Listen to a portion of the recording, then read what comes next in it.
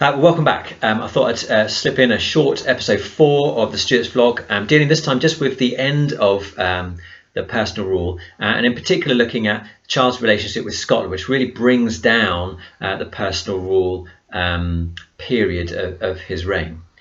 Charles, of course, was king of both England and Scotland, but in theory he was king of two separate countries. They weren't properly united in a political sense. They just had shared the same king at this time. So although he'd been crowned king of England in 1625, it wasn't until 1633 that Charles went north to Scotland to be crowned king of Scotland as well, even though he had been king of Scotland since 1625 too. And even then, when he went to Scotland, he only stayed a couple of weeks. Both this delay and then also not staying very long seemed to the Scots like a bit of a slight on them, that Charles wasn't really bothered about Scotland and that it was a low priority for him. This was then exacerbated by his religious policy, which I'm sure you remember was really to bring in William Laud's reforms from England and impose them on Scotland as well. This began in 1635 when Charles ordered a new prayer book for Scotland. He got the bishops of Scotland to start drawing this up. There were some amendments from the English prayer book, but overall, even the idea that they were going to obey this prayer book instantly started some grumbling amongst the clergy. And in 1637, when it was introduced, famously in St Giles Cathedral, there were riots. People started chucking things at the priest. And you might remember from horrible history, there's the story of in one church in Scotland where the minister or the bishop was trying to get through the prayer book. He actually had a loaded pistol pointed at the congregation so that he could get through it without interruption.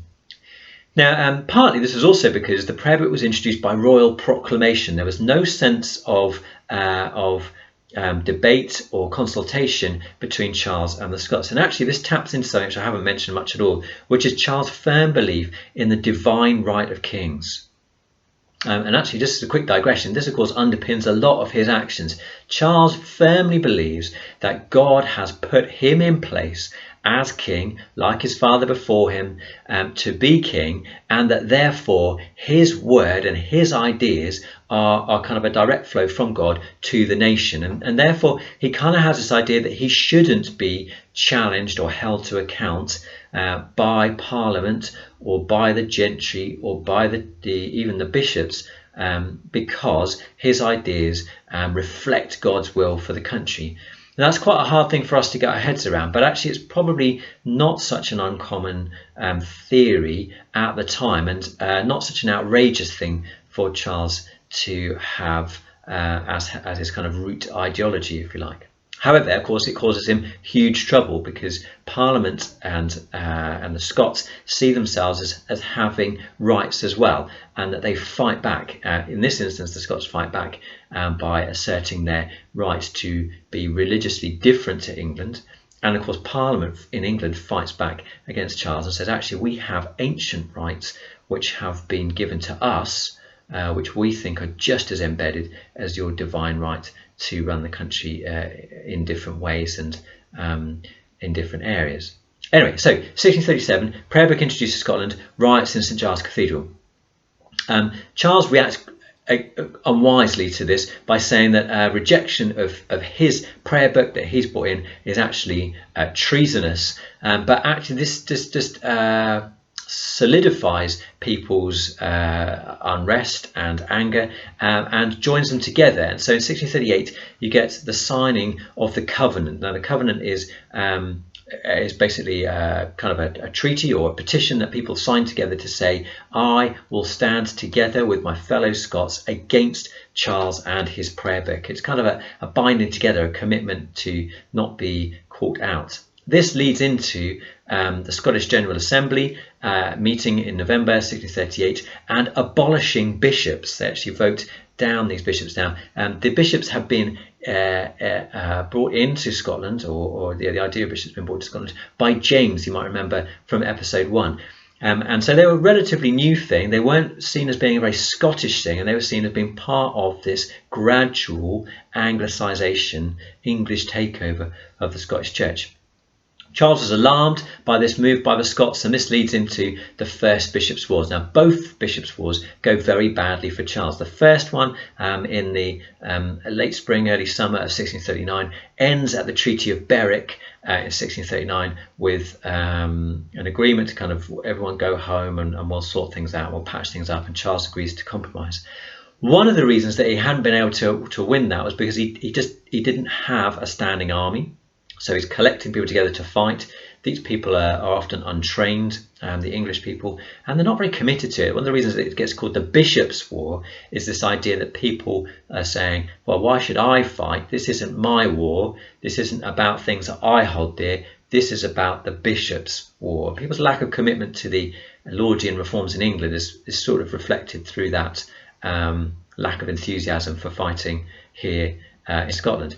Also, Charles' efforts to raise a militia tax are hampered by his previous efforts at raising ship money and the other taxes in England through the period of personal rule. People are kind of fed up and start to resist those efforts to raise further money for this unnecessary war that Charles seems to have picked with the Scots. Anyhow, the First Bishops' War leads to Charles needing to call Parliament back in London for the raising of money. Finally, he runs out of the ability to raise the money that he needs. And so Parliament is called together. This is what's called the Short Parliament because it only lasts about 3 weeks. And Charles arrives there and says, oh, I need cash. Give me cash. I'm not really interested in talking to you. I just need your money. Parliament reacts quite badly to this, very badly to this. In fact, they've had 11 years of hanging around, collecting their grievances. In fact, John Pym has been writing down the grievances that he has. And he says, whoa, before we give you any cash, we need to deal with these things. And Charles is not interested in that at all. He doesn't really have this idea of diplomatic negotiation. He certainly doesn't have this idea that Parliament plays an equal role in the running of the country with him. And this relates back to, of course, his ideas about divine right. And so he closes Parliament down, he dismisses it. Controversially, he doesn't send away the Anglican Parliament, which is called Convocation, at the same time. This is a sort of side thing, but at the same time that Parliament meets, also the Church of England gets to meet as well in its Parliament called Convocation, Convocation, Convocation. And they have been, they're allowed to meet to kind of firm up the things that our Lord has been doing and to put those into law as well, because they've been introduced as policies, but because there's been no Parliament, they haven't been introduced into church law. And they do that at this time and make these things into church law. And even though Charles dismisses Parliament, he allows Convocation to remain and to finish off its job in these sort of few months in 1639. That is controversial because it seems again that he is allowing different rules for different people and he's trying to push through his agenda whilst resisting others, which of course he is. Now, the other controversial thing about this is that it seems that some MPs were in negotiation or at least contact with the Scots, and they said to the Scots, look, you need to try again in fighting against Charles and kind of provoke the Second Bishops' War, which is pretty treasonous in itself. There is a Second Bishops' War in 1640. Again, it goes very badly for Charles, and the Scots go all the way down to Yorkshire before the truce at Ripon in October.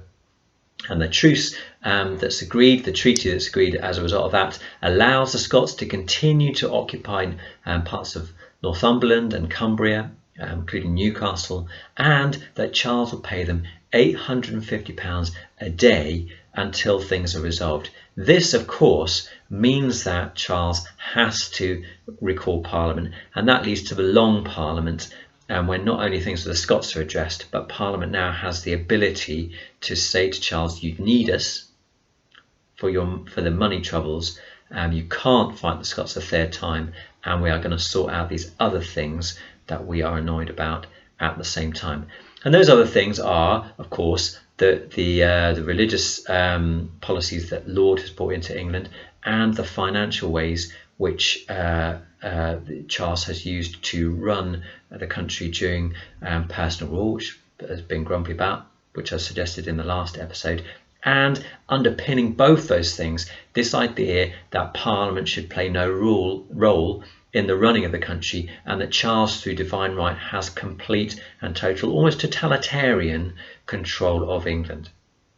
So the consequences of Charles' behaviour and policy through the personal rule lead to the Long Parliament and then into the Civil War, but also the causes of those things are as I said 2 episodes ago, I think, money and religion and this idea of power and who's in charge. I hope that's helpful. And next time we'll look at hopefully the run into the Civil War and probably the Civil War as well, maybe up to Charles' execution if I'm efficient with my time. See you there.